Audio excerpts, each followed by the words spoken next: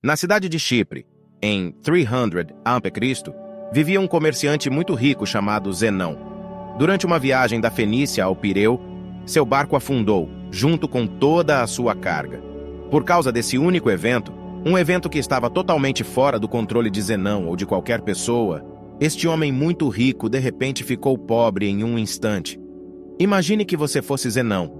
Como você reagiria ao seu todo o trabalho de uma vida sendo jogado no ralo pela força da natureza? Qual é a reação adequada? Você ficaria com raiva? Triste?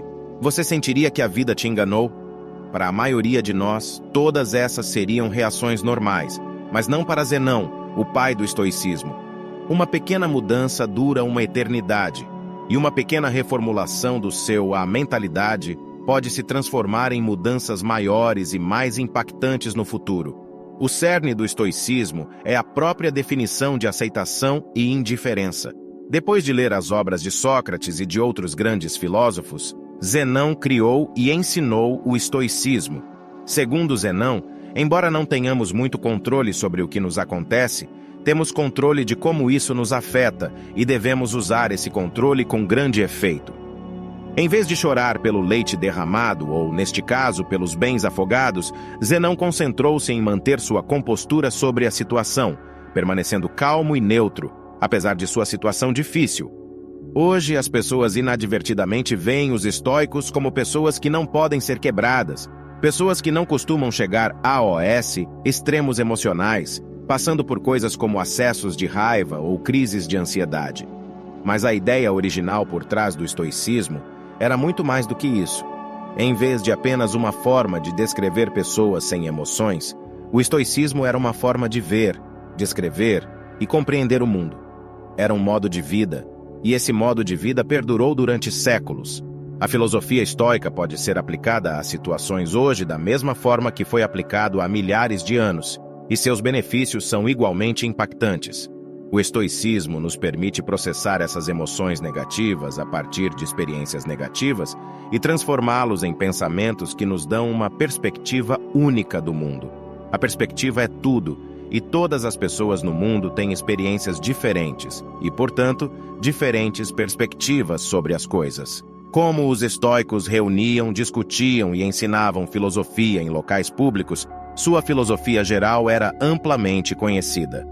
Eles acreditavam que os princípios estoicos poderiam beneficiar enormemente a todos, e por isso não fazia sentido para eles esconderem esse conhecimento por trás das quatro paredes de uma escola ou dos pátios do palácio. Como resultado, todos, desde escravos até imperadores, puderam aprender e se tornar estoicos, e foi o que fizeram.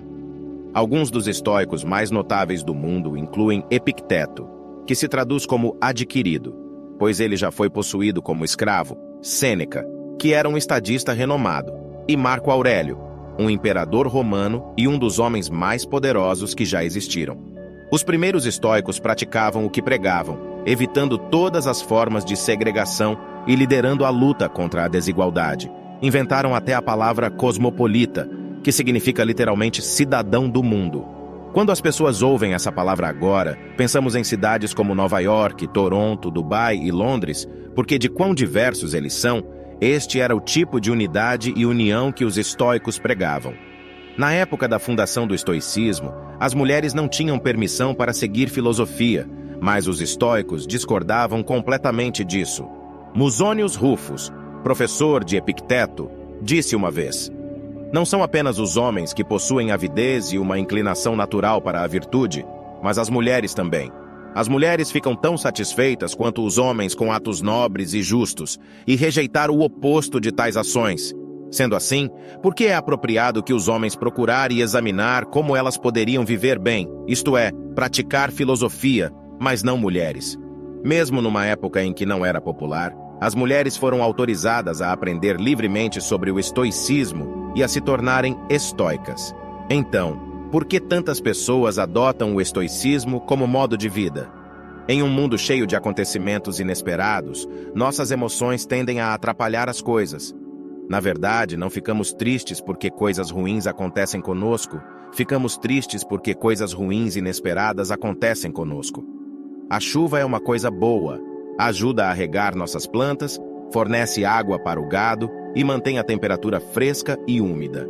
Mas a verdade é que quando aquela nuvem escura te pega lá fora sem guarda-chuva, nunca é uma boa experiência. Então por que não começamos a chorar quando começa a chover? É porque, embora a situação seja ruim, aprendemos a esperar chuva. É algo inevitável. Não podemos controlar o clima. Embora seja uma merda, a chuva passa e a luz volta. O estoicismo nos ensina que, da mesma forma, devemos esperar que tudo de ruim que possa acontecer, acontecerá. Imagine o pior resultado e fique contente em saber que isso pode acontecer. Um dos exercícios estoicos é conhecido como desconforto voluntário. Um exercício que visa em aumentar os sentimentos de gratidão. Durma no chão da sua cozinha, tomando banho frio quando você normalmente toma pratos quentes. Não coma nada além de batatas por alguns dias, coisas assim. Este exercício ajuda você a entender que não importa o quão difícil seja, você ainda sobreviverá e potencialmente prosperará se sua mentalidade estiver correta. Ao ser capaz de suportar nessas situações desconfortáveis, indiretamente preparamos nosso mental para infortúnios futuros. Com o estado atual do mundo, onde os anúncios são constantemente rejeitados nossas gargantas, somos levados a acreditar que se não tivermos a próxima melhor coisa, ter uma determinada aparência ou ganhar uma certa quantia de dinheiro que nunca seremos felizes, esta mensagem é importante agora mais do que nunca. Entramos no mundo sem saber muita coisa. Crescemos aprendendo coisas em casa, na escola e observando o mundo por nós mesmos. A questão é que, muitas vezes, todas essas três fontes de conhecimento nos ensinam de maneiras diferentes. A questão é: precisamos internalizar todo esse conhecimento?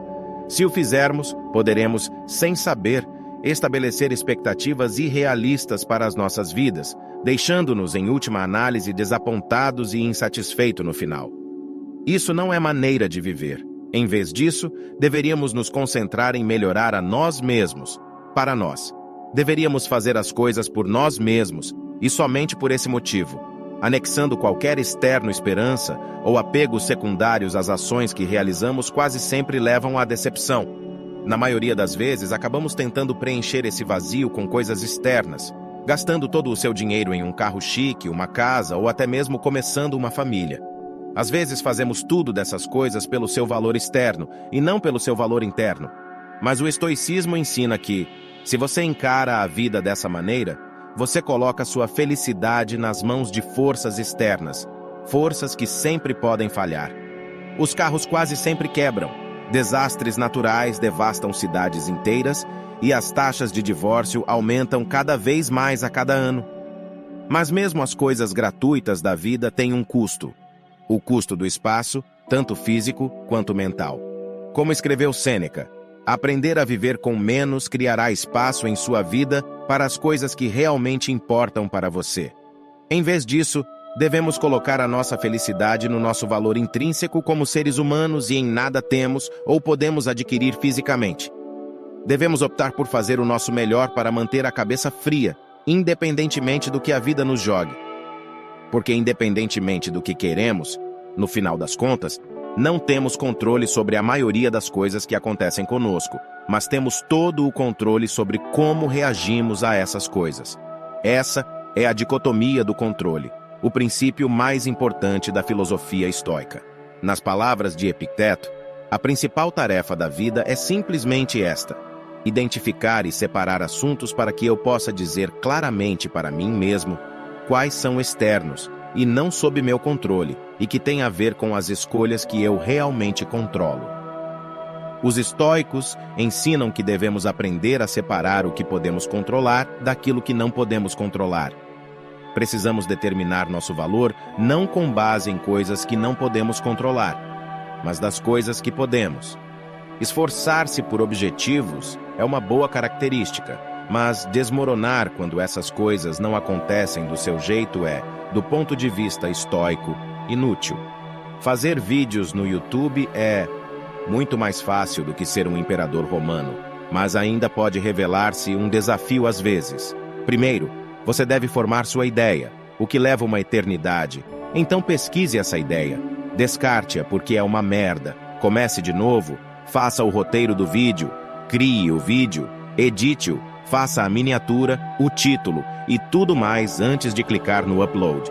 Tudo até o momento em que você clica em upload depende de você. No entanto, depois de clicar no botão de upload, o poder passa para o algoritmo do YouTube.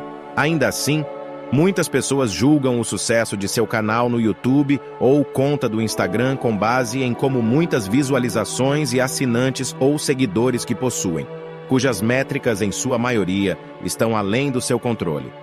Os estoicos ensinam que, em vez disso, você deve julgar o sucesso de seu trabalho com base na quantidade de esforço que você investe, e não no resultado de suas esperanças externas. Confie no processo. Viver com menos significa desvincular-se das algemas sociais nas quais você essencialmente se colocou. Pense em uma pessoa que tem trabalhado duro nos últimos 6 meses. Ele agora sente que merece uma promoção, e então vai até seu chefe com seu relatório de desempenho. O patrão agradece, não lhe concede a promoção, e ele vai para casa pensando que deve péssimo em seu trabalho. Ele não considera que o chefe possa simplesmente ter acordado com raiva. Alguém poderia ter sido mais qualificado naquela época, ou talvez a empresa estivesse apenas perdendo dinheiro e simplesmente não tinha dinheiro para isso. Ele não sabe o motivo, mas ainda está chateado. Se ele simplesmente valorizasse a qualidade do relatório de desempenho que entregou, continuou fazendo o que estava fazendo para ganhar a promoção que queria, ele poderia ter sido muito mais feliz no geral. Com a perspectiva certa, seu objetivo não teria diminuído, mas apenas adiado. É essa reformulação de sua mentalidade que é crucial.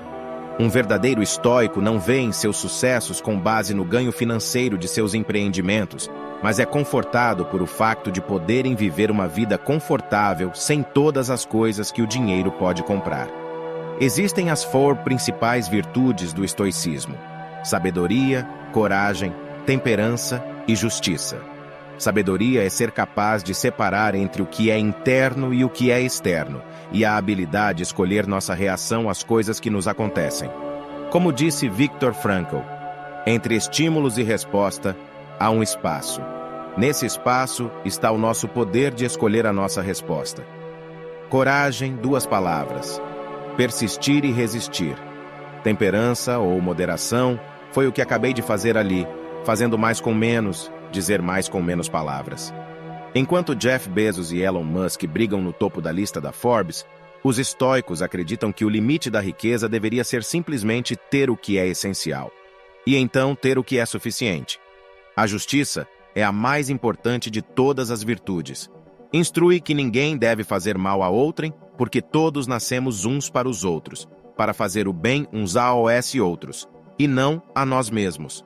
Nelson Mandela foi um dos líderes africanos mais famosos do mundo.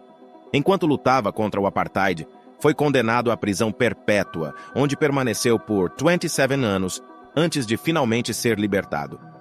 Quando saiu da prisão, foi eleito presidente da África do Sul e, portanto, muitas pessoas pensaram que ele iria punir brutalmente todas as pessoas que tiveram alguma coisa a ver com o apartheid ou com a sua prisão, mas é claro que ele não teve. Durante todo o seu tempo na prisão, Mandela leu as obras de Marco Aurélio e aprendeu muitas das valores fundamentais do estoicismo, todos os quais ele praticou ao longo de sua vida. Em vez de pedir os chefes dos malfeitores, Nelson Mandela exortou o seu povo a procurar o oposto, para relaxar e reconstruir. Ele enfatizou que o passado estava agora fora de seu controle, e que a única coisa que podiam fazer era encontrar uma maneira de avançar e construir uma nação melhor. Este é o caminho do estoico. Na medicina moderna, o estoicismo está no centro de procedimentos como o racional emotivo-comportamental terapia e logoterapia. REBT ajuda os pacientes a identificar padrões de pensamento negativos que podem estar causando problemas emocionais e comportamentais. Ele permite que você desafie o raciocínio por trás de tudo esses pensamentos negativos com lógica. E quando você percebe que muitos deles são infundados, você pode então substituí-los por crenças mais produtivas e saudáveis. A logoterapia, por outro lado, baseia-se no princípio estoico de que os humanos são movidos por um propósito.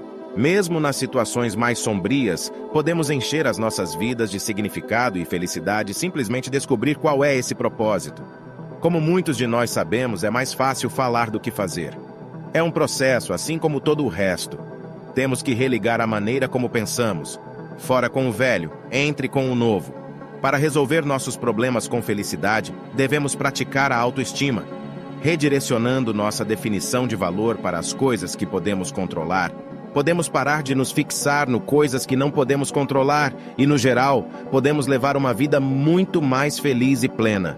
O estoicismo nos ajuda a navegar através das tempestades passadas e presentes para águas mais calmas e pacíficas. E se o nosso navio afundar e todos nós nos afogarmos, podemos ter paz no facto de termos vivido uma vida boa, embora não tanto quanto esperávamos. Porque lembre-se, tudo tem